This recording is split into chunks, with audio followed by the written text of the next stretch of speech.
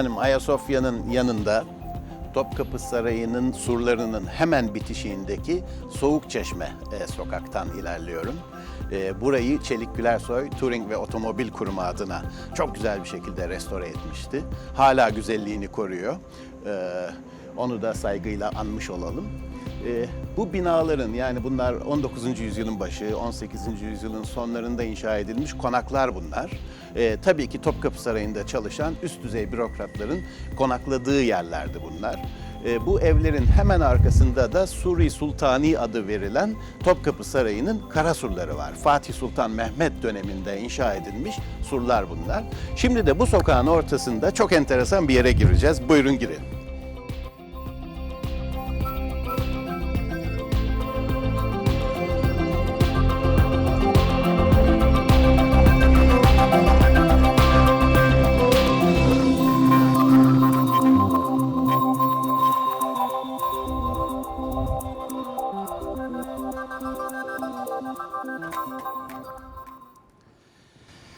Evet efendim, İstanbul'daki en sevdiğim mekanlardan bir tanesi bir Bizans dönemi sarnıcı.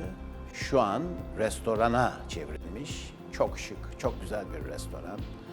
Burada emeği olanları da kutlamamak mümkün değil. Bu tarih boyunca Bizans döneminde Konstantinopolis kentinde aşağı yukarı 400-500 tane sarnıç yapıldığını biliyor muydunuz?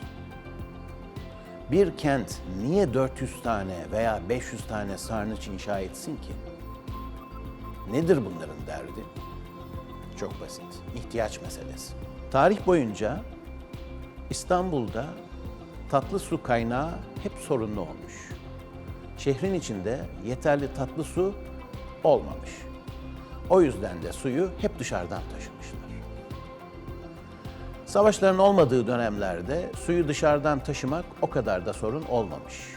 Zaman zaman 200-240 kilometre mesafeden ishale hatları yaparak, vadileri aşmak üzere su kemerleri inşa ederek suyu getirmeyi hep becermişler.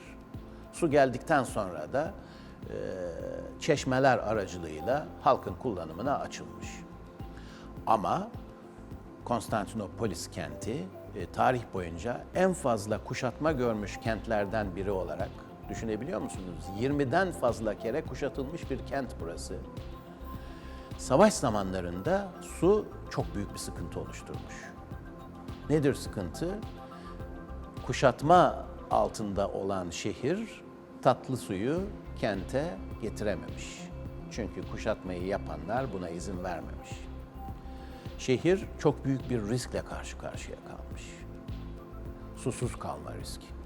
Hemen buna pratik bir çözüm üretme durumunda kalmışlar ve harika bir çözüm bulmuşlar.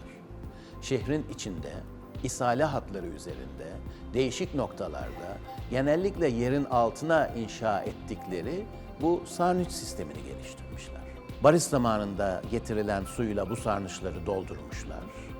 Ola ki savaş çıktı, sarnıçlar hep doluymuş, aylarca buradan kullanmaya devam etmişler. İşte pratik çözüm bu. Harika.